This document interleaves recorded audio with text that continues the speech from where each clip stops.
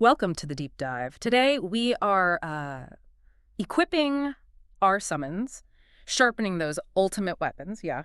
and jumping right into a really specific, kind of perfect moment in gaming history. We're talking about the golden age of Japanese role-playing games, JRPGs. That's right. That incredible time, late 80s through the 90s, where games didn't just, entertain, they really moved people. Our focus today, our sources, are less about pure nostalgia, though there's plenty of that, and more about understanding the design. Yeah. So our mission, really, is to look at how huge titles like Final Fantasy VII, Chrono Trigger, and maybe the lesser-known gem Suikoden II, how they changed games from being about winning, about scores, Right. to being about, feeling things deeply. Yeah, that's exactly the core distinction we need to start with. Because if you look at Western games back then, arcades, early PC stuff, it was very mechanical, right? Reflexes, points, mastering physics, immediate risk, immediate reward. But the JRPG, especially in this golden age, it offered something totally different.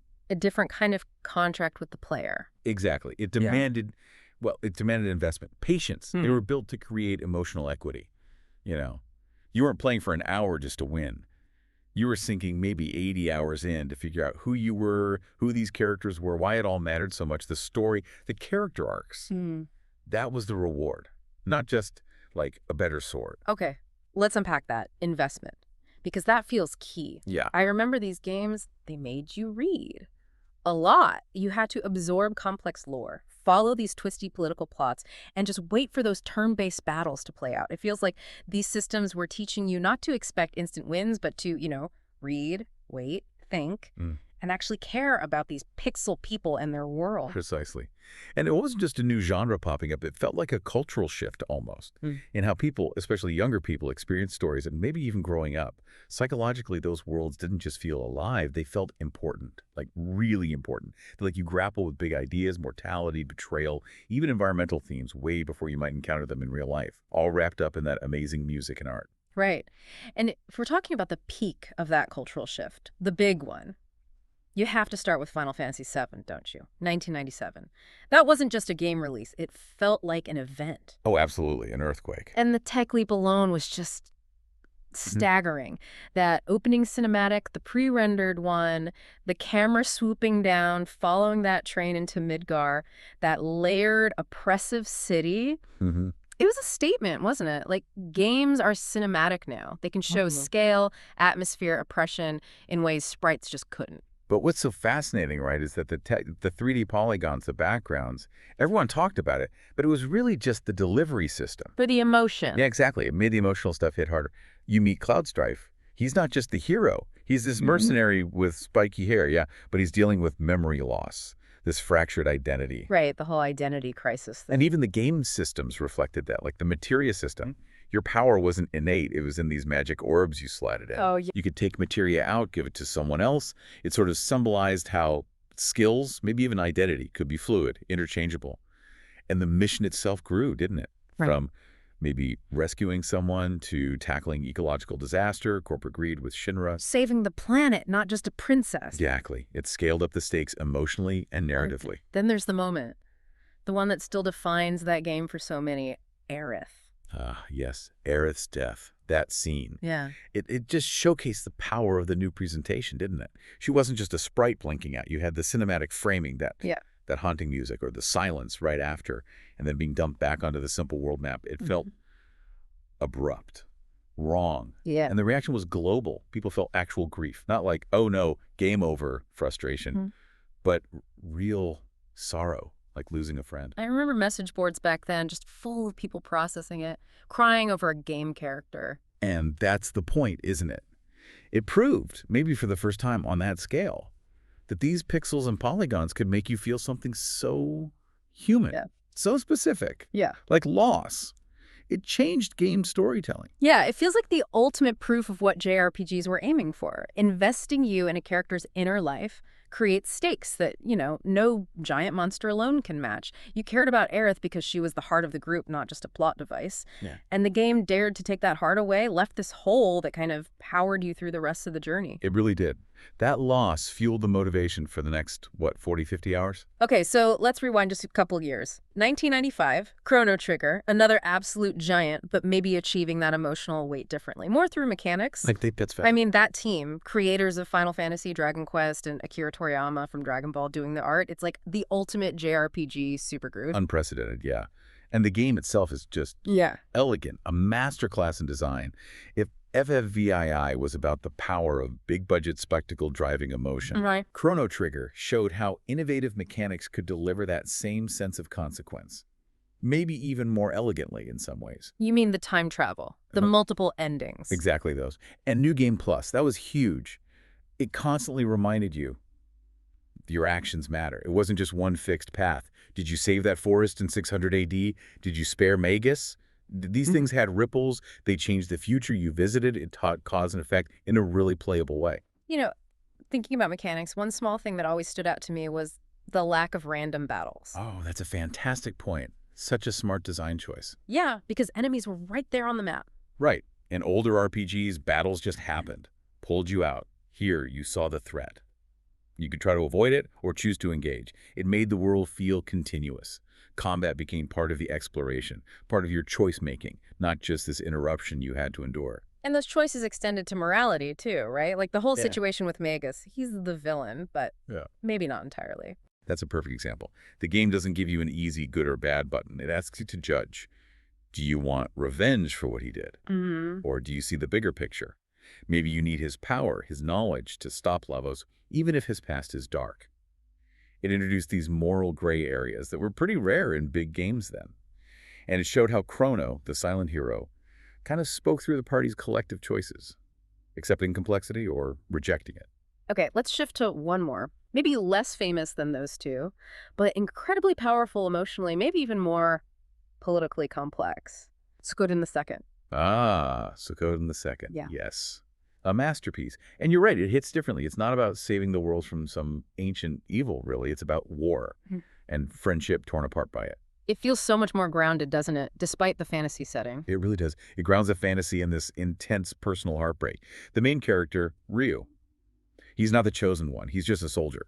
And he's caught between loyalty to his army, his cause, and this incredibly deep bond with his best friend, Jowie, who tragically ends up on the other side. It's pure political tragedy. And the core mechanic there, the really famous one, is recruiting the 108 Stars of Destiny. Yes. And that wasn't just, Pokemon-style collecting. It was fundamental to the game's feel and themes. You weren't just gathering fighters. You were building a community, a functioning headquarters, cooks, blacksmiths, strategists, merchants. Each of the 108 had a role in your castle, your base. So collecting them was actually like running a small nation, or at least a military state. Kind of, yeah. You became a leader, a governor, responsible for this whole ecosystem of people. And that directly tied into the themes of war. Because when your base is filled with all these unique individuals with these lives, how much heavier does the cost of war feel when you have to send them into battle? It makes the stakes personal on a massive scale. That makes sense. So, yeah, connecting it to the bigger picture, Suikoden II used its huge cast to explore humanity, politics, leadership, morality, all through the lens of this heartbreaking conflict. It asks really tough questions. Like, what does friendship cost? Exactly. Or can you forgive betrayal from someone you love? What are you willing to lose? Intense stuff. It's clear all three of these, FFVII, Chrono Trigger, Suikoden II, and they demanded a lot of time.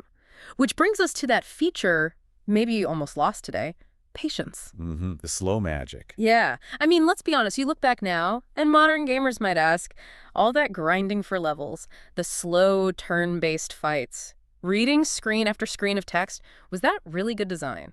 Or was it just padding, making the game longer? It's a fair question, and you have to distinguish padding from, let's say, intentional pacing, right? Right. But for these Golden Age JRPGs, I argue that slowness, that grind, was actually necessary for the emotional payoff they were going for. How so? Well, the slow pacing wasn't just dead time. It was reflective time. Yeah. Those long walks across the world map, just the music playing. It gave you space to think about what just happened in the story.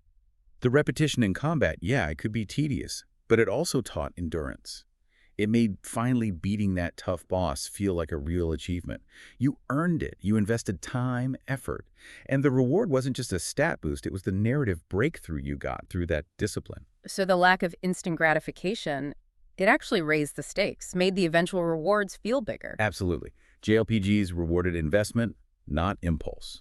When you finally hit that next level cap or reach that far-off city after hours of travel and fighting, it felt monumental. The emotional payoff matched the time commitment. It kind of mirrored life in a way. Slow, sometimes tough, but the breakthroughs feel earned and meaningful. Which brings us back to why these games, decades later, still have such a grip on people. It's clearly not the graphics anymore. No, definitely not. It must be the emotional truth in them. I think so. They dealt with really universal stuff. Identity, loss, purpose, friendship, betrayal. Think about Cloud trying to figure out who he even is. Chrono's sacrifice, the tragedy of Ryu and Joey brothers basically forced onto opposite sides of a war. These are timeless themes, human stories. Yeah. And they told these epic myths using fairly simple sprites, limited text. It forced you, the player, to fill in the emotional gaps. Right. Which maybe deepened the connection. They built empathy. Yeah, For the heroes, sure, but also sometimes for the villains, for the regular people in that world. right. That's why hearing, like, Nobu Uematsu's piano themes or seeing that distinct pixel art style, it's not just nostalgia, it's recognition. You're recognizing a time when a game genuinely made you feel something profound about loss or loyalty or sacrifice. And looking at the bigger picture now, that JRPG DNA, it's everywhere in modern games, isn't it? Oh, absolutely. You see it in modern JRPGs like Persona, with its focus on social links being core to your power, or indie games like Undertale, which is almost all about choice and consequence. But it's also fundamentally reshaped Western RPGs, too. Like Mass Effect. Exactly. Think about the loyalty missions in Mass Effect, or the focus on your companions and their relationships in Dragon Age. That's pure JRPG philosophy bleeding over. The idea that your party's internal state, their loyalty, their emotional health, that's just as important, maybe more important, than fighting the big bad guy. Developers today are still chasing that FFEII emotional depth, that Chrono Trigger meaningful choice. Because ultimately you realize the genre wasn't really about saving the world in some abstract way. No, it was about feeling something real, something meaningful in a world that wasn't real. The genius, I think, of that golden age was how much it trusted the player, often kids, teens, trusted them to handle these complex themes: purpose, friendship, identity, grief. And that trust, that focus on the internal life, maybe that gives us a final thought for you, the listener, to take away. If the real power of these JRPGs was making us care so deeply about the characters' emotions and connections, maybe the ultimate measure of any great story, game, or book, or film isn't just the external victory. Maybe it's how much it makes us care about who the characters become inside, more than just what they win in the end. Well put. It's about the journey within as much as the journey without. Thanks for diving deep with us today. Keep that heart full, level up those feelings, and never forget. Every great adventure starts with hitting new game.